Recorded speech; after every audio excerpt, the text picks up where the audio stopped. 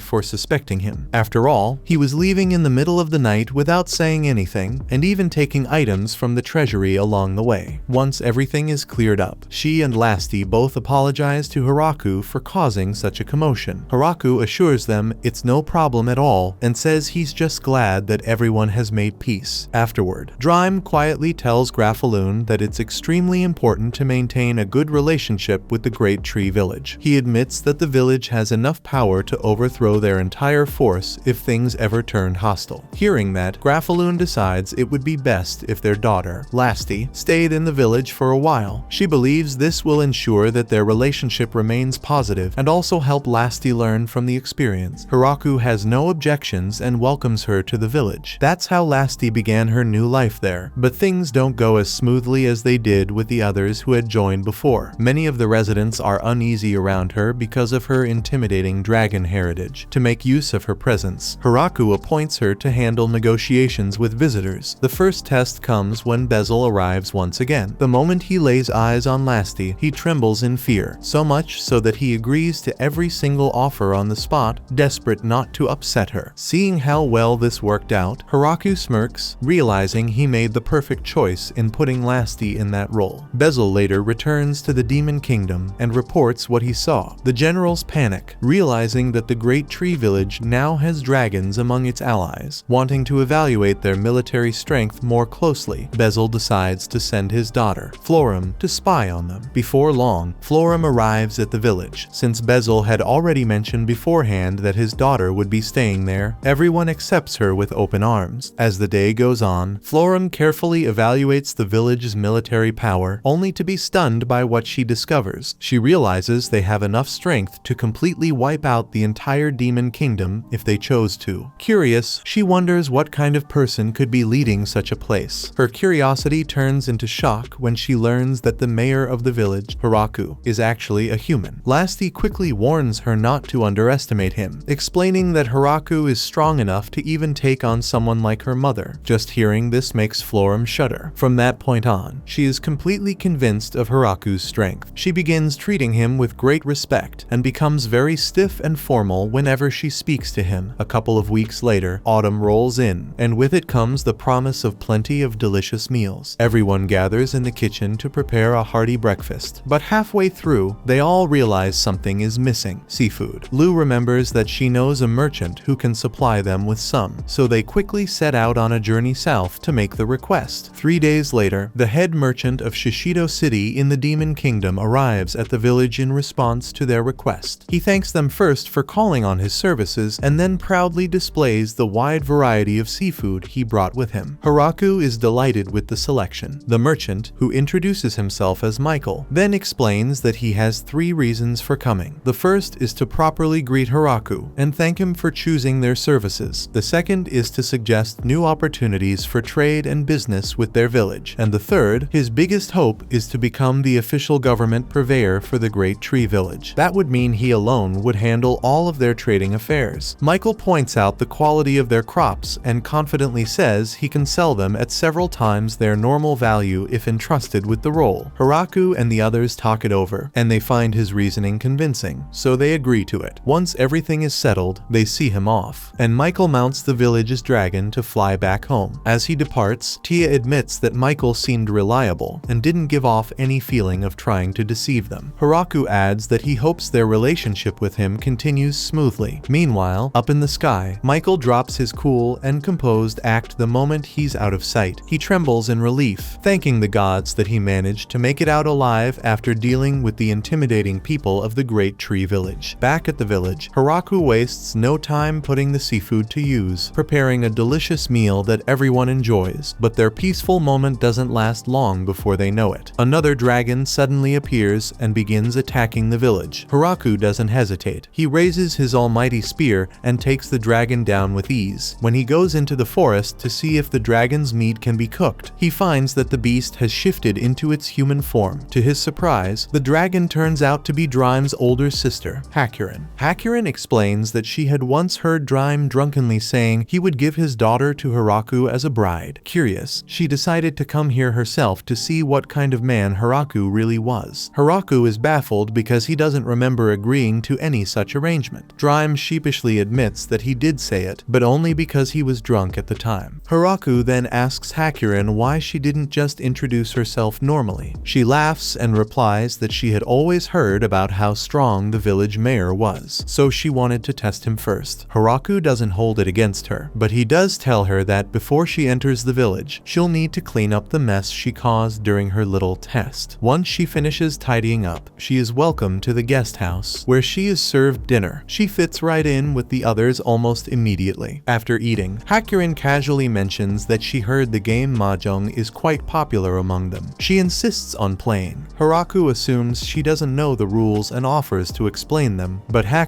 waves him off, saying she'll just figure it out as they go. To make things more exciting, she suggests they place a bet on the outcome of the game, but Hiraku doesn't really have anything worth betting, so he suggests they just play strip mahjong, where the loser of each round has to take off a piece of clothing. Surprisingly, everyone agrees to it. Shortly after, the game begins, and the tension in the room is thick. The dragons are all extremely competitive and absolutely hate losing, so this strip mahjong turns into a very serious battle. Hiraku notices something strange. Harem is completely new to mahjong, and she's also wearing the least amount of clothing compared to the others, yet she plays with an almost dangerous level of confidence. Ever since the game started, Hiraku has been focusing hard on racking up points, but something feels off. He keeps losing every single round. Before long, he's already down to just his tidy whities. He starts suspecting that Harem must be using her magic to cheat, but then again, if she really was cheating, someone else would have caught on by now. Just when Hiraku is at his lowest, the perfect chance presents itself. If he plays his next move correctly, he'll be able to flip the entire game in one shot. With hope in his heart, he throws down his mahjong tile, only for his bad luck to strike again. The tile ends up ruining his plan, and he loses yet another round. The girls immediately burst out chanting for him to take off his pants, and since Hiraku is a man of his word, he does so, standing there in nothing but his shame, revealing his bite-sized wiener for all to see. Meanwhile, in the Demon Kingdom, Bezel and the other generals are growing increasingly concerned. The Great Tree Village has now acquired Harem, a dragon known for her incredible power, and this makes them feel threatened. As they discuss their options, Galgardo interrupts with his own worries. His daughter has been acting moody and unpredictable lately, and he's not sure what's going on with her. Randon, however, takes one look at the situation and realizes they don't stand a chance at victory. Without another word, he leaves behind a letter of resignation on the table and simply vanishes. Back in the village, Harem is fitting in surprisingly well with everyone. She decides to stay for a while, and to Hiraku's surprise, she's skilled enough to handle almost any job assigned to her. That said, she never stops complaining about the tasks she's given. Ironically, despite her whining, she ends up being the one to teach the children reading, writing, and even math. Later that day, a group of hot, naked Lamia girls suddenly arrive at the village seeking help. They explain to Hiraku that some younger monsters attempted to clear out a dungeon they had found in the forest, which forced the Lamias to flee from their homes. Desperate, they came all the way here asking for aid and protection. Hiraku figures there's no way they can just turn them away, so they make a deal. The Lamias will trade the precious gems they mined in exchange for the village's crops. After that, the Lamia girls prepare to head back to their original homes. Before they leave, however, Hiraku insists they put on some clothes if they ever plan on visiting again. He hands them fabric, which they tie around their chest areas as makeshift tops. From then on, the Lamia girls set up a delivery service and start trading goods regularly with the village. With all these new developments and good fortune piling up, Hiraku can't help but feel like the village is finally evolving to the next level. Meanwhile, in the Demon Kingdom, Princess Yuri hears rumors that Florum has been convinced to remain in the Great Tree Village. Some even claim she's being held hostage by whoever runs the place. Fired up by these half-truths, Yuri declares that they have no choice but to attack the village and take Florum back. At the same time, Bezel arrives at the village village to inform Florum about this reckless plan. He explains that Yuri's followers have filled her head with lies, leading her to think Florum is being kept against her will. Florum, hearing this, admits it's a foolish idea. She knows their army would stand no chance against the sheer strength the Great Tree Village commands. Bezel agrees, fully aware of the gap in power, and tells her she's the only one who can prevent this invasion before it spirals out of control. The attack is scheduled for tomorrow, so Florum needs to act fast and convince the army to back down. When the demon army arrives, Florum has the Lamia girls confront them. The sight of the Lamia instantly terrifies the soldiers, making them realize just how hopeless a battle against this village would be. Following that, the three girls who pushed the princess into this invasion, Rosalind, Jolena, and Clacase, are dragged before Hiraku. In front of him, Florum declares that they've chosen to remain in the village for now, working under his command. She also tells him plainly that if they ever try to harm the village, he should feel free to dispose of them. The three freeze in fear at her words. As for Princess Yuri, she bows her head and submits as well. Florum explains to Hiraku that the princess isn't here to cause trouble, only to observe and see how life in the village is run. Yuri herself asks not to be treated any differently, insisting that he treat her like everyone else. With that, she begins her stay. The next day, Florum takes Yuri on a tour of the village. The princess marvels at the different crops and the way everything is managed so peacefully. But unlike her, the other girls are completely miserable. As nobles, they hate the idea of living in such a secluded place, far from luxury. That night, they secretly attempt to escape, but the wolves and spiders are already on guard and block every route. Realizing there's no way out, the girls give up and decide the only option is to behave themselves until they're eventually allowed to return home. Meanwhile, Yuri continues her tour with Florum. She admits she feels like a fool for ever considering war against such a peaceful and well-run village. Still, she points out it wasn't entirely her fault. Florum also vanished from the Demon Kingdom without any explanation, leaving everyone worried. With no word from her, the town hall girls convinced Yuri she had been captured. Florum realizes the misunderstanding is her responsibility and promises to keep Yuri informed from now on. Over time, the girls slowly adjust to life in the village. They find satisfaction in the work assigned to them and begin to settle into their new roles. As for Yuri, she spends her last day working alongside the beast children in the fields. When the farm girls try to stop her, insisting a princess shouldn't be doing such labor, they quickly realize her status was supposed to remain a secret and silence themselves. Yuri doesn't mind, she enjoys the hard work, admitting it's been a long time since she's felt this alive. At the end of the day, it's time for her to return home. She thanks everyone warmly, promises to visit again, and leaves the Great Tree Village with newfound respect for both Hiraku and his people. As for the other girls, they had by now grown surprisingly accustomed to life in the Great Tree Village. What started as reluctance slowly turned into comfort, and eventually they insisted on staying for a while longer. Yuri didn't object in the slightest. She simply left them behind, saying they could do as they pleased, and made her way back to the Demon Kingdom on her own. Not long after Yuri's departure, the village began its pre-winter crop harvest. The yield was massive, so much so that the storage areas couldn't possibly contain it all. Faced with this problem, Lasti stepped forward and asked if she could send a portion of the extra harvest to her father. Hiraku thought it over, then gave her his approval. Right after that, Hakurin spoke up, saying she also wanted to deliver some of the surplus to her parents who lived in the south. Hiraku agreed to that as well, so Hakurin set out on her journey carrying supplies. When she returned, however, she didn't come back alone. With her was a group of mountain elves who had followed her, hoping to settle in the village. Their leader, a woman named Ya, explained their situation. Normally, they lived peacefully in the mountains, but recently their food supplies had become scarce and survival had grown difficult. Hearing this, Hiraku considered their plight seriously before agreeing to let them stay in the village. Ya was overjoyed at his generosity. She declared that she would even be willing to sleep on the floor if that's what it took. But Hiraku immediately stopped her, saying there was no way he would allow that. He promised to arrange proper accommodations for all of them. From that moment, Ya felt deeply indebted to Hiraku for his hospitality, determined to repay him. She tried her very best to be helpful around the village. Unfortunately, every attempt ended in complete failure, and instead of being useful, she often caused more problems. One day, while Hiraku was working, he casually mentioned that he needed clay for a project. Hearing this, Ya took it upon herself to head into the forest forest alone, swearing she wouldn't return until she had found some. After some time, she came back proudly carrying clay in her arms, and Hiraku was delighted by her success. During her search, Ya had also stumbled across something unusual, a nearby dungeon, one that seemed very different from the ones the Lamia girls lived in. She reported this to Hiraku, who, intrigued, decided to send out a survey party to investigate. However, he specifically instructed them not to do anything drastic. The survey team returned shortly after with alarming news. They had discovered evidence of a blood viper living inside the dungeon. Since blood viper meat was said to be extremely valuable, they immediately suggested forming an extermination party and heading north to take it down. Hiraku, however, told them such a matter needed to be discussed and agreed upon by the whole village before taking action. Before long, winter arrived. As the cold season set in, everyone began to notice that Lu hadn't been feeling well. She had been unusually sick, often vomiting and looking pale. At first, no one connected the dots, but after a while, the truth dawned on them. Lu wasn't just sick, she was pregnant. Ever since the news broke that Lu was pregnant, the whole village's mood brightened. Spirits were high, everyone seemed cheerful, and even Hiraku found himself acting differently. Now that he realized he was about to become a father, he knew it was time to step up and take real responsibility. He began giving Lu extra care and attention, always making sure she was comfortable. But Lu, calm as ever, reassured him not to worry so much. She insisted she'd be just fine. About an hour later, Anne finished preparing breakfast for everyone. The only problem was, there were simply too many people to fit into the dining hall at once, so the meal had to be divided into 3 separate groups. The first group included Hiraku himself along with the leaders of each species. The second group was made up of the regular members, while the third group consisted of those who couldn't fit into the second seating. In the middle of all this, Grand Marian, the angel, arrived to deliver her daily report. She explained that just the day before, a group of killer rabbits had attempted to invade the village. Fortunately, the wolves had been there to stop them. To her, this was a positive outcome since it meant they now had plenty of rabbit meat to use in their meals. Listening to her, Hiraku couldn't help noticing something. The angels were always disciplined and professional when carrying out their duties, but the moment their work ended and they were left to their own time, they slipped straight into full-on laziness. They were terrible with everyday chores, but they more than made up for it by keeping the village safe from outside threats. Later in the afternoon, after Hiraku wrapped up his chores, lunchtime rolled around. Anne and the other maids served the meals they had prepared, but this time Hiraku noticed something interesting. For many in this world, eating 2 meals a day, breakfast and lunch, felt unusual. Most of them were used to eating just 1 meal. For the elves especially, it was shocking. Many of them feared that Hiraku's insistence on frequent meals would deplete the food reserves too quickly. Once lunch was done, Hiraku got back to work. This time, he decided to try something new, planting tulips. Until now, his focus had been strictly on growing crops for survival, but he wanted to bring more beauty to the village as well. Beyond that, Hiraku also started organizing regular combat training sessions for the younger villagers, even though he doubted they'd ever need it. Considering how well protected the village was, he thought it would be better for them to be prepared. When dinner time came, the maids proudly unveiled a brand new dish they had tried making. Hiraku tasted it and found it absolutely disgusting, but not wanting to crush their spirits, he forced a smile and gave them a thumbs up of approval. Dinner gatherings had now grown into such large events that they also doubled as opportunities for villagers to make announcements or reports. That evening, Florum approached Hiraku with some news. She explained that Yuri had sent a letter. In it, Yuri requested more of the village's apples as well as clothing made from the soft cloth Zabuton wove. Florum added that she intended to tell Yuri to stop making so many selfish demands, but Hiraku shook his head, saying it was fine. He was sure Zabuton wouldn't mind making some clothes for her. Meanwhile, the dwarves continued working on their alcohol production. They informed Hiraku that in order to improve the quality of their brew, they'd need 3 times as many grapes as they were currently producing. Hiraku went to scout the fields, trying to figure out how he could possibly increase production. That's when Sina came running up to him with urgent news that a strange man had suddenly appeared in the village. Hiraku rushed to the scene and was shocked to see the man bowing before the statues he had made of the gods. What surprised him most was how this stranger had managed to enter the village without any of the security forces noticing. Lu then stepped closer, and upon seeing the man's face, she froze in recognition. she revealed that the man was none other than Vargreif, the progenitor of the vampires. Vargreif turned around, greeted Lu warmly, and then was escorted by Haraku to the guest house. Once seated, Vargreif explained the reason for his sudden visit. He had heard rumors that Lu was pregnant and simply had to see it for himself. At first, he hadn't believed she was the type to settle down with a human and have a child, but now that he saw her here, he realized he had been mistaken. Curious, Haraku asked Lu what Vargreif had meant when he called himself a progenitor. Lu explained that it was like being a grandfather figure to all vampires. Vargreif himself added that he was over 4,000 years old, and the key to his long life was his unusual practice of erasing parts of his own memory from time to time. He would keep only the essential details like his name and traits, while erasing everything else, freeing up more space in his mind. Haraku found the idea terrifying, but Vargreif assured him that although it was scary at first, eventually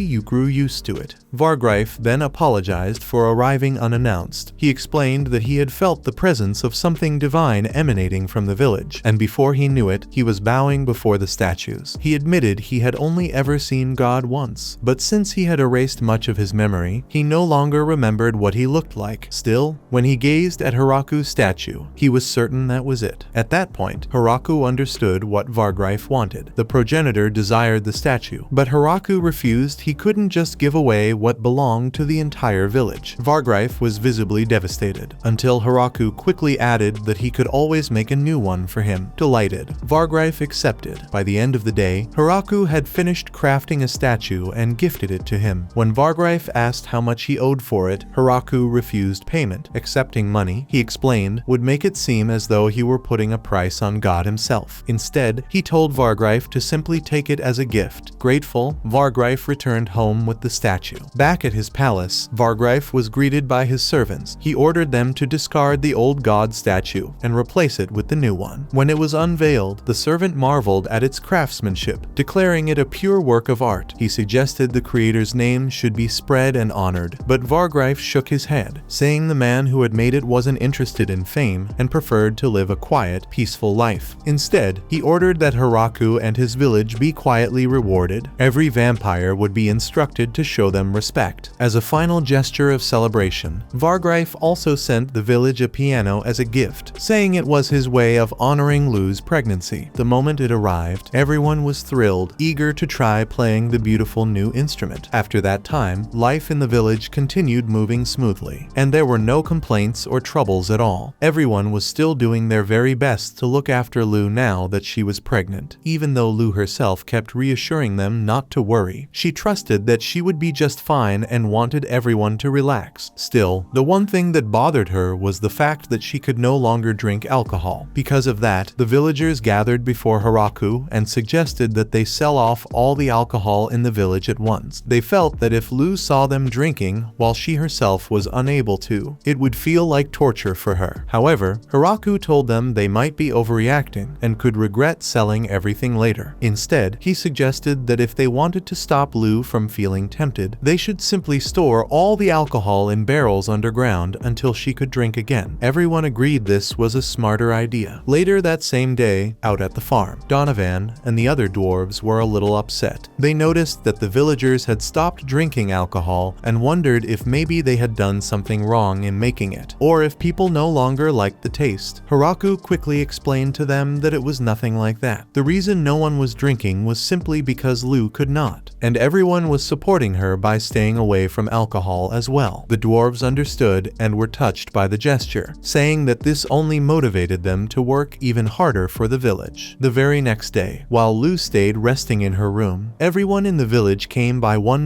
to give her gifts. They brought everything from food to baby clothes that could be used after the child was born. By the end of the day, Lu was lying in bed, but she began to feel a little uncomfortable. That was when she suddenly realized her water had broken. As soon as they heard this, everyone in the house rushed around preparing hot water and towels so the delivery process could begin. Haraku, however, could not bear to watch, so he left and spent the entire night sleeping outside in the tree hole he had first made when he originally came to this world. The next morning, when Haraku went back into the house, he saw Lu holding their newborn son. Filled with emotion, he walked over and held the baby himself for the first time. Later, the two decided to name him Alfred, with the choice of name being entirely Lu's idea. A week passed after Alfred's birth, and Haraku found himself reflecting on how far the village had come. When he had first arrived in this world, he had been lonely and uncertain, but now he had friends, family, and an entire community around him. The village had only continued to grow, and he felt deeply grateful to the gods for everything that had happened. Realizing this, Haraku decided he needed to do something to thank everyone for their hard work. So the next day, he called a village meeting and announced that he had created a new system. He pulled out a small silver coin and explained that this would now be the official currency of their village, used for trading goods and other needs. Haraku had even taken the time to make each coin by hand so that counterfeits could not exist. Everyone found this to be an exciting idea and quickly got used to it. Some people began trading coins for things like furniture, clothing, and weapons, while others decided to save theirs instead. Before long, the villagers were comfortable using the coins. However, Haraku soon realized that it was still difficult to decide exactly how much a coin should be worth. At one point, one of the little beast girls came to him asking if she could buy a baby in exchange for a coin. Seeing this, Haraku realized that he would have to set some clear rules about what could and could not be purchased with money. But instead of turning her away, he simply made the beast girl the mayor for a day in exchange for her coin, much to everyone's amusement. Not long after that, the village held a great feast to celebrate the birth of Alfred. Everyone gathered together to eat, drink, and celebrate joyfully. As Haraku looked at the giant barrel of wine that had been brought out, he laughed and said he could not wait for the day when he would be able to drink wine together with his son. Lu, however, teased him by saying that the day he was waiting for might come a lot sooner than he thought. Meanwhile, news of Alfred's birth reached the Demon Kingdom. The four generals there had already realized that it was impossible for them to challenge the strength of the Great Tree Village. Because of that, they began to think the only way to maintain a steady relationship with them would be to marry off someone from the Demon Kingdom into the village. The Demon King himself, however, immediately saw where this discussion was heading, and he shouted in outrage that there was no way he was going to let Yuri be married off into that village. The next day, Haraku woke up feeling slightly hungover. That was when the village girls came to him and said they had something very important to tell him. When they went inside to talk, they explained that a group of people living in the nearby forest had come forward, saying they wanted to move into the village. These people had been driven out of their own homes because of war, and their numbers were around 100. Hearing this, Haraku realized that if they were really going to accept that many people, they would need to build an entirely new village. Lu then suggested that the new place could be called Great Tree Village too. Haraku thought this would be a huge amount of work, but the others did not mind at all. They answered with enthusiasm, saying that they were willing to try their very best. And so, everyone began making plans on how the new village would be built. It does not take long for construction to get underway, and everyone in the village is given a role to play, which fills the whole place with activity as they all work toward building the new village. By lunchtime, Anne brings out sandwiches for Haraku and the girls, but she lets him know that they were made with ingredients that go bad quickly, so she advises that they start putting more effort into building up their supply of preserved foods. Haraku hears that and figures that explains why there are so many vegetables lying around. Tia then speaks up and suggests they bring some of the sandwiches over to the girls working at the village hall. Haraku thinks that is a great idea and says he will take them over himself, since Florum did mention that things were busy over there. Meanwhile, the village clerks Clacase, Roju, and Rosalind all have their heads flat on their desks, completely drained after hours of working through mountains of dull paperwork. That is when Haraku walks in carrying a basket and tells them he brought lunch for everyone. Over with Lasti, Flora, and Hakurin, the three of them are still finding their footing in their new roles as clerks, and it is clear it is going to take some time before they have a handle on things. Lasti sneezes just a little and accidentally burns through a document, which sends them both into a panic. The head clerks look over to Haraku for help, but he just tells them to just calm down because Florum is already already on her way with some extra hands. Florum then walks in with a group of girls sent over from the demonic kingdom to help out. Most of them volunteered mainly because they wanted to support Florum. They knew it would do good things for their social standing, and they had heard the work was supposed to be easy. But after getting a good look at the environment they find themselves in, they are starting to have second thoughts about that. Either way, Florum puts them straight to work and tells them they can start by sorting the records out into categories. Hiraku sees that Florum has everything well in hand here, so he simply tells her to make sure everyone gets some sandwiches once things have calmed down a bit. Hiraku gets back and starts on some farming work, but that is when Granmaria flies down and gives him a report saying she surveyed the surrounding area and found no signs of any danger. Lee then walks up to Hiraku and lets him know that she was the one who sent Granmaria out to scout for a suitable location to set up their new village. Hiraku initially thinks the spot Lee has in mind is going to be too far out, so he suggests they pack some food for the journey. But Lee tells him the location she has been looking at is not that far away at all. It is just going to be a bit further downstream, and she chose that positioning so they would have the upper hand in the event that a rebellion ever broke out among the village members. Hiraku doubts that is ever going to happen, but Lee tells him it is always better to be ready for every possible situation. She then shows him the standout tree the area has to offer. While it is not quite as large as the one they currently have, she thinks it will do the job well enough. With the location settled, they begin making preparations to clear the trees from the area since it is Daga's field. He grabs his axe and steps up to chop down the first tree, but it turns out to be far stronger than he expected, and he cannot even get a deep cut into it. With that, Hiraku brings out the almighty farming tool and cuts through the trees with ease. After that, they set up a wooden bridge across the river, but Hiraku thinks they probably should have built something a lot sturdier. Lee reminds him, though, that if they put up something too large, the bigger monsters from the forest would start using it as well, and Hiraku sees the sense in that. They then get to work building irrigation channels, and before long, they have a full reservoir built and ready to go. After that, Hiraku speaks with Daga and tells him they are not going to be able to get enough done without a bigger supply of lumber. But Daga just tells him to take a rest for now because he and the others will handle the construction from here. With a lot of free time suddenly on his hands, Hiraku decides to spend it making a statue in honor of Zabuton. That is when Lucy walks up to him with baby Alfred in her arms and tells him that he works far too much. After that, they officially kick off construction on the houses. Hiraku thinks back to when he first arrived in this world and how difficult building even a single house was back then since he did not even have nails to work with. But now, with this much manpower available, and even some people who can use magic, they finish the first section of houses in no time at all, and Hiraku feels like everything is really starting to come together. But just then, Granmaria suddenly flies down and tells Hiraku that she just received a message from Drime saying that she wants to bring new residents to the village right now, which catches both Hiraku and Lee completely off guard. Drime then arrives and asks them to forgive the short notice, explaining that the situation at hand is very urgent. He then introduces Hiraku to a group of minotaurs that he is hoping can move into their village. Hiraku takes a look at them and is surprised because he had always pictured minotaurs as having the faces of cows, but they look almost entirely human aside from the horns on their heads. The leader of the minotaurs, Gordon, walks over to Hiraku and introduces himself, and after talking for a little while, Hiraku realizes just how enormous the height difference between them is, as Gordon is incredibly tall. Gordon explains that they were driven out of their village and spent a long time wandering with nowhere to go until they finally found someone who could help. Drime heard about their situation and felt it was urgent enough to bring to Hiraku straight away. Hiraku decides there is no need to spend too much time on small talk and asks Anne to get some food ready for them. Anne is not sure what minotaurs can and cannot eat, so she plays it safe and serves them rice pudding since that seems like a reasonable option. That is when Narf, one of the lizardmen, walks over and mentions that he has spent time around minotaurs before, so he will know the right questions to ask and what they are going to need. Hiraku gives him the go-ahead, and Narf gets straight to work finding out what the group requires. With that sorted, Hiraku figures things should run smoothly from here since everything seems to be under control. But that is when they notice that the houses they prepared for the minotaurs are simply too small for them to live in comfortably, so they start putting their heads together to figure out what to do about that. Just then, Florum comes rushing rushing in and tells Hiraku that she just received word from her father saying that the new residents are going to be arriving at the village very shortly. Bezel shows up not long after and looks completely drained. Florim asks him why he did not bring the war refugees along with him, and he explains that things took a rough turn and he was forced to use quick teleportation to move a massive number of people to safety all at once, and that the effort has taken a serious toll on him. Hiraku understands completely and just tells him to go